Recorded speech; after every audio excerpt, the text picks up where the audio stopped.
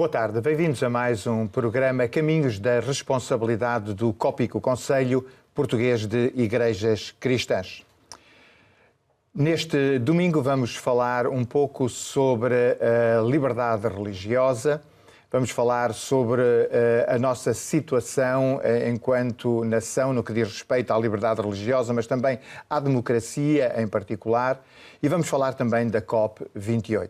E para falar sobre estes assuntos temos connosco em estúdio a pastora Maria Eduarda, da Igreja Presbiteriana, e o bispo Jorge Pina Cabral, da Igreja Lusitana. A quem começo por saudar, obrigado pela vossa disponibilidade, pela vossa presença aqui. E hoje temos dois assuntos. Vamos começar precisamente pela questão da liberdade religiosa. Há um conjunto de eventos que estão a ter lugar no contexto de um aniversário que foi adiado dos 20 anos da Lei da Liberdade Religiosa, que acaba por entroncar também no contexto dos 50 anos do 25 de Abril. E, mais precisamente, em dezembro vai ter lugar mais uma dessas iniciativas com uma exposição, Os Caminhos da Liberdade Religiosa em Portugal, precisamente na Assembleia da República. E a minha primeira pergunta é aquela que me parece pertinente, que é como é que o COPIC analisa, e talvez colocando ao Bispo Jorge Pina Cabral como atual presidente do COPIC, como é que o COPIC avalia todo este processo de 20 anos de implementação e de vivência de uma lei de liberdade religiosa? Naturalmente, o COPIC associa-se a esta celebração. Aliás, o COPIC também vai contribuir para essa exposição na Assembleia da República, dado que a história do Conselho Português de Igrejas Cristãs, desde o seu início, em 1971, é marcada precisamente pela luta pela liberdade religiosa. Vivia-se então num período de ditadura fascista e depois, já no Portugal Democrático, o COPIC contribuiu também para o projeto de lei que temos hoje e que regula a liberdade religiosa em Portugal. Neste sentido, o COPIC sempre foi uma instituição ecuménica, mas naturalmente atenta aos sinais dos tempos e da democracia em que vivemos e contribuindo também para a sociedade portuguesa, na medida em que se percebe que a dimensão religiosa é uma parte estruturante também da vida de qualquer sociedade, e que um dos aspectos determinantes dessa vivência da liberdade religiosa é também o cuidar, digamos, do papel das igrejas e das religiões para a construção da democracia. Nesse sentido, o COPIC entende que tudo aquilo que fizermos que possa ajudar a perceber o passado, e por vezes um passado de grande dificuldade, de grandes lutas, um passado, não nos esqueçamos que ao longo da ditadura salazarista as igrejas foram perseguidas, as igrejas minoritárias foram alvo de perseguições e discriminações e que... Deitando quase por terra todo um trabalho da Primeira República, não é? Exatamente, embora também na Primeira República não tenha sido fácil a relação das igrejas com o novo sistema republicano. Portanto, há todo um passado histórico de tensão entre as igrejas e o Estado e os poderes do Estado, que nos ajuda também a perceber, com a história, a preciosidade e a importância de hoje nós vivemos num sistema político que preserva e defende a liberdade religiosa, que, tal como a democracia, é algo que nunca está definitivamente alcançado. E neste sentido também, vivendo nós hoje, sabendo que para o ano Portugal irá celebrar, enquanto nação, os 50 anos do 25 de Abril, nós percebemos que são processos que têm que ser preservados, para os quais todos nós temos que contribuir, e quando dizemos todos nós, também as próprias igrejas. Claro. Na medida em que a liberdade religiosa se é posta em causa, naturalmente é também o próprio sistema democrático que é também posto em causa. Por isso, nós alegramos-nos muito que na Casa-Mãe da Democracia, que é o Parlamento, vá ser inaugurada uma exposição que, falando do passado, também nos vai ajudar a projetar o futuro. E principalmente num contexto tão conflituoso, divisivo em que nós vivemos, quer politicamente, quer também socialmente. Nesse sentido, nós entendemos que as igrejas e as religiões têm um contributo a dar importante para a própria vivência da democracia. Portanto, as religiões e as igrejas pugnam pelo diálogo, pela colaboração, pelo estreitamento de laços, pela pluralidade, tudo aquilo que são valores essenciais para a vivência democrática. Assim sendo, o COPIC, naturalmente, que se associa a esta iniciativa do Parlamento, com esta exposição, e, naturalmente, também procurará ter uma contribuição no próximo ano na celebração dos 50 anos do 25 de Abril da Liberdade em Portugal. Pastor Emílio Eduardo, o Bispo Jorge Pina Cabral disse alguma coisa que é sempre importante ter em consideração. Nada deve ser dado como adquirido. Nós hoje temos uma liberdade religiosa, é uma conquista do Portugal democrático, mas é bom nós velarmos por essa liberdade religiosa a todo o tempo. A história mostra-nos que há sempre uma tensão entre as organizações que querem liberdade e forças que querem lutar contra essa liberdade. Não é? A história mostra-nos dos impérios, das pessoas que foram contra os impérios, e a própria religião também o mostra. Embora o texto bíblico seja um texto no qual o homem é criado e tem um valor por si, em que somos ensinados que o outro tem valor e deve ser respeitado, não é? A Bíblia até diz que devemos amar o outro como a nós mesmos. Aquilo que nós também temos vindo a observar é que muitas vezes, quando as religiões são hegemónicas, têm a tendência de fugir da liberdade e ir para, muitas vezes, ditaduras. Então eu acho que é importante nós, enquanto igrejas cristãs, vivendo neste contexto, especialmente, por exemplo, na Europa, em que há grandes tensões entre forças que lutam pela liberdade e forças que querem voltar a um idílico passado, onde a ordem, as ditaduras punham todas as pessoas no lugar e se vivia melhor. Acho que nós devemos ter uma voz de que somos criados livres, cada homem é um ser responsável, nós somos únicos, porque cada ser humano é completamente diferente, e esta voz de liberdade, de respeito pelo direito do outro, de dizer aquilo que eu não concordo, acho que é alguma coisa que nós, enquanto cristãos, temos que levantar a voz e fazer ouvir.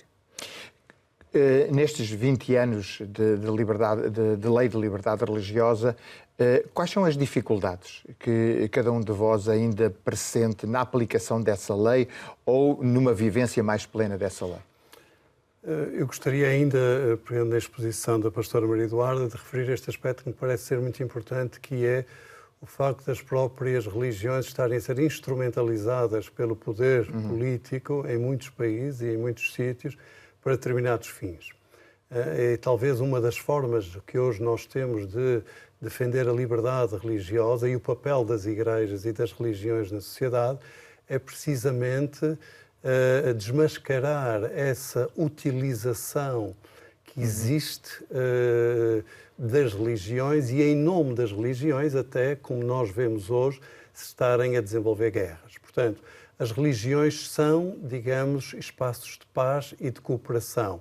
Quando elas são invocadas para justificar determinadas guerras ou determinados movimentos ou determinados sistemas políticos, é o caso que nós vemos hoje, quer na Europa, quer também no Médio Oriente e um pouco por todo o mundo, é a própria essência da vivência religiosa que é posta em causa. E, portanto, isso só pode ser feito também com uma implicação política das próprias religiões. Ou seja, nós vivemos aqui uma tensão que é o facto de, para defender a própria liberdade religiosa, nos temos que implicar também politicamente, mas ao mesmo tempo também não nos deixarmos ser instrumentalizados pelos poderes instituídos que mais não querem do que perpetuar determinadas formas de governo autoritária e que naturalmente conduzem ou querem conduzir a um pensamento único. Como aqui foi referido, na essência da religiosidade também está a diversidade. Portanto, nós, e nomeadamente o COPIC, pugna por uma unidade na diversidade. E por isso, ao longo destes 20 anos, que não é muito tempo, efetivamente, não é ainda muito tempo, reparem, nós vamos celebrar 50 anos de democracia e estamos a celebrar apenas 20 anos de liberdade religiosa, há um grande caminho que tem que ser feito. E, nomeadamente, um caminho que o Estado e os seus órgãos também têm que perceber. Hoje, as igrejas continuam a debater-se com muita dificuldade, por exemplo, ainda, apesar de a lei o permitir, mas depois, na prática, há dificuldade de assistência espiritual às pessoas que estão presas, ou de liberdade de assistência espiritual àqueles que estão nos hospitais, apenas e só porque, muitas vezes, há dificuldade em entrar nesses estabelecimentos. Portanto, requer-se um mecanismo que possa agilizar a participação de membros das igrejas, ou dos pastores, ou do clero, em determinadas instituições públicas e também do Estado. Esse problema ainda se vive. A um outro nível também, eu entendo que o Estado hoje deve pugnar também por um efetivo apoio também às próprias religiões e às igrejas, sabendo que tem nas igrejas e nas outras religiões um garante também da própria democracia. Portanto, e são essas próprias igrejas e religiões, por exemplo, que hoje, no tempo de hoje, estão a integrar muitos daqueles que procuram o nosso país, os imigrantes, ou os migrantes, ou os refugiados, e servem em primeira situação para os acolher, para os integrar também socialmente, evitando muitas vezes até fenómenos de radicalização. Portanto, há um papel fundamental que é próprio e específico das religiões e das igrejas, que o Estado também deve promover e apoiar e respeitar também na sua própria especificidade. Portanto, é um processo que continua e há muito ainda também por fazer. Pastor Maria Eduarda, a sua sensibilidade sobre algumas dificuldades ainda de aplicação. Eu lembro, por exemplo, e o Bispo Jorge Pinto Cabral falava sobre o apoio às igrejas que asseguram, por exemplo, a maior parte das IPSS neste país. Uhum. E que para elas igrejas se torna uma fonte de preocupação permanente. Eu acho interessante porque o protestantismo em Portugal nasceu e moldou a sua identidade na oposição. Não é? As igrejas protestantes normalmente dizem nós não somos isto, nós não acreditamos nisto, e o facto de termos vivido tanto tempo em ditadura, em que, por exemplo, era proibido construir igrejas nas cidades, em que as pessoas muitas vezes perdiam empregos por terem uma determinada afiliação religiosa, levou a que a nossa identidade fosse muito a identidade do não. Eu acho que a democracia nos dá a liberdade para nós termos uma identidade afirmativa. E uma das, como tu estavas a dizer, uma das identidades que nós temos enquanto igrejas é o apoio ao outro. São as instituições de solidariedade social que, no fundo, estão a fazer o trabalho do Estado, porque estamos a ir ao encontro das pessoas com mais necessidades, as pessoas que muitas vezes não têm segurança alimentar, e penso que isto é um grande caminho que ainda há a fazer, não é? O Estado, embora reconheça o papel e a importância dessas instituições, neste momento não está a cooperar com elas e está a levar muitas delas à falência. Portanto, eu acho que no próximo ano, nos encontros que nós tenhamos por causa dos 50 anos da liberdade e também por causa dos 20 anos da liberdade religiosa, seria importante que este assunto viesse acima da mesa, não é?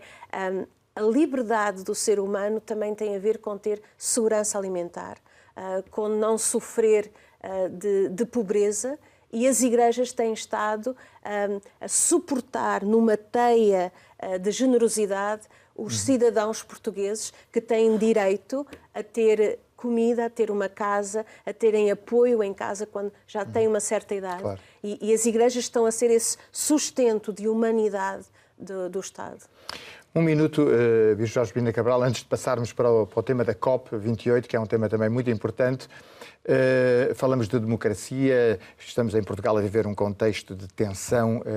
Hoje a linguagem usada é um mundo de trincheiras, um mundo de cancelamento. qual é a voz da Igreja para este tempo? O que é que a Igreja exige deste tempo? Assim dizendo. Eu diria a voz das igrejas, Sim. Porque é um desafio muito grande que se coloca hoje.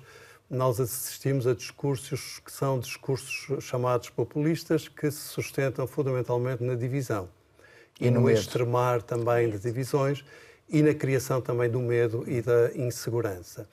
Nesse aspecto, as igrejas devem desmascarar precisamente esses discursos que muitas vezes se sustentam em mitos ou em factos que não são reais. E por isso as igrejas têm, a propósito da liberdade religiosa, também procurado pugnar pela defesa dos direitos humanos, e um dos direitos humanos fundamental é também o direito à expressão e à livre expressão. E o COPIC, juntamente com a Conferência das Igrejas Europeias, tem desenvolvido também um processo que assenta precisamente na defesa dos direitos humanos enquanto pressuposto para combater também tudo aquilo que põe em causa esses direitos e a dignidade também de cada pessoa. Nesse sentido, eu acho que não nos podemos deixar arrastar para um palco de confronto, não nos podemos deixar arrastar para uma linguagem agressiva, não nos podemos deixar manipular apenas por determinadas visões do mundo, porque o mundo não é a preto e branco. O mundo é muito complexo já na sua realidade e nós percebemos que só com o contributo de os diversos quadrantes políticos, inclusive, nós pugnamos por uma política também de consensos. Ainda hoje eu ouvia, por exemplo, que a política de habitação em Portugal requer consensos entre os principais partidos, porque é um desafio que vai para além de legislações, ou de legislativas, ou de governos. Portanto, são processos de médio e longo prazo. E, portanto, esses são os grandes desafios. Essas são as questões que interessam às pessoas.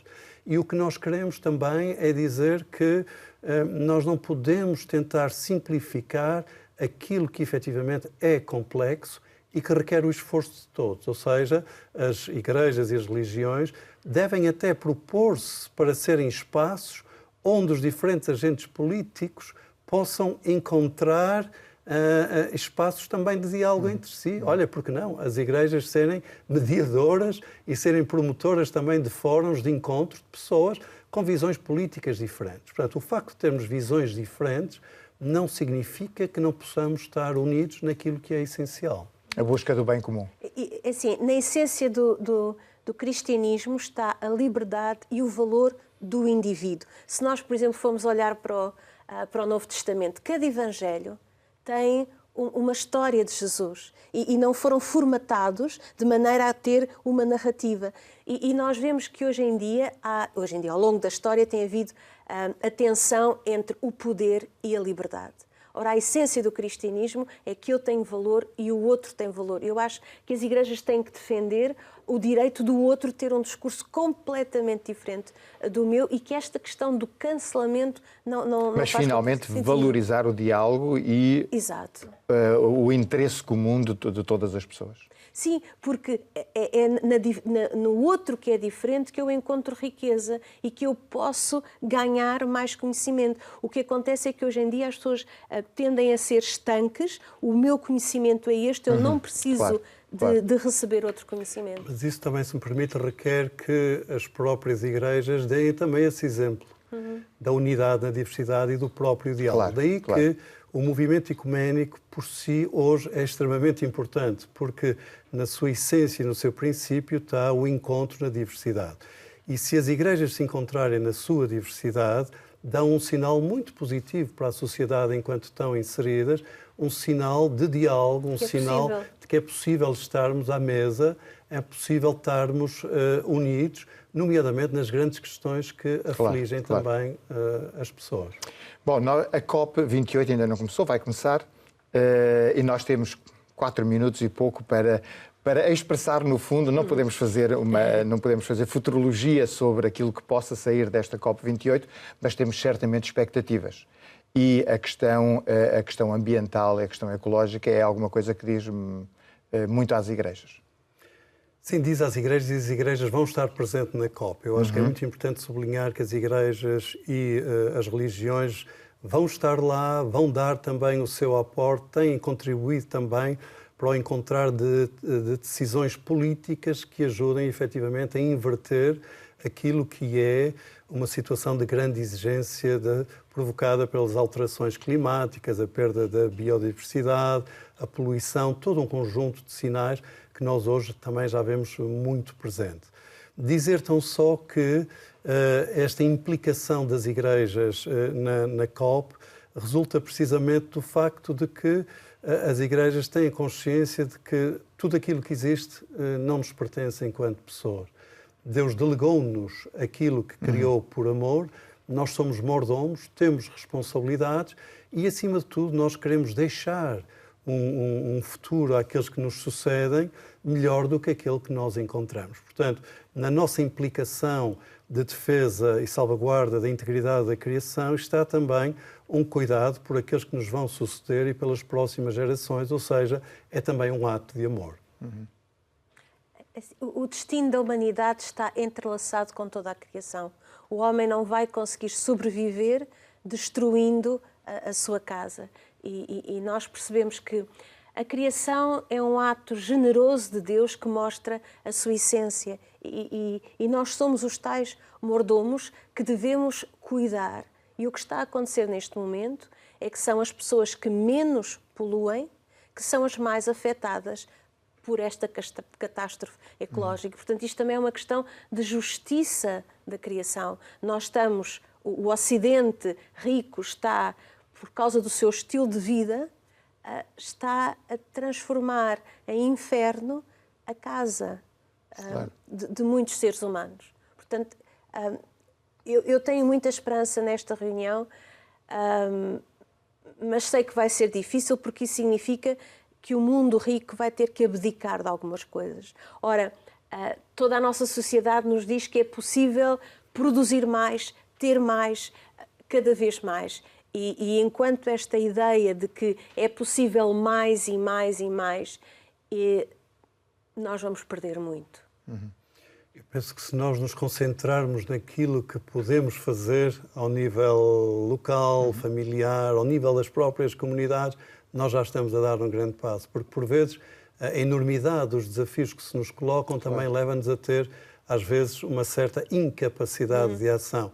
Mas nós somos chamados e nós podemos muito, mudando, como já foi referido, o nosso estilo de vida e também contribuindo para novos sistemas económicos e até políticos, porque neste desafio do meio ambiente nós percebemos como tudo está interligado, como nós vivemos numa rede de relações e de sistemas que se complementam uns aos outros. Mas é muito importante esta mensagem de que cada um de nós pode ser um agente de mudança também.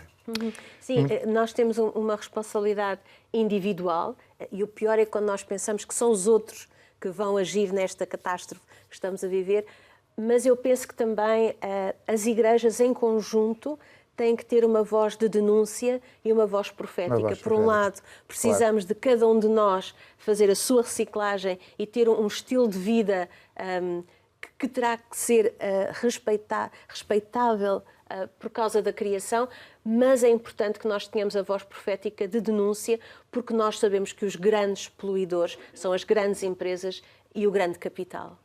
Muito bem, eu gostaria de continuar a conversa, mas o nosso programa chegou ao fim.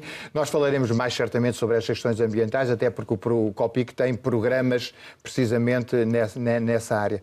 Foi um prazer estar convosco, agradeço este tempo e certamente voltaremos a ver-nos. E o nosso programa chega ao fim e o nosso desejo é o de sempre. Até voltarmos a estar convosco, que Deus vos abençoe.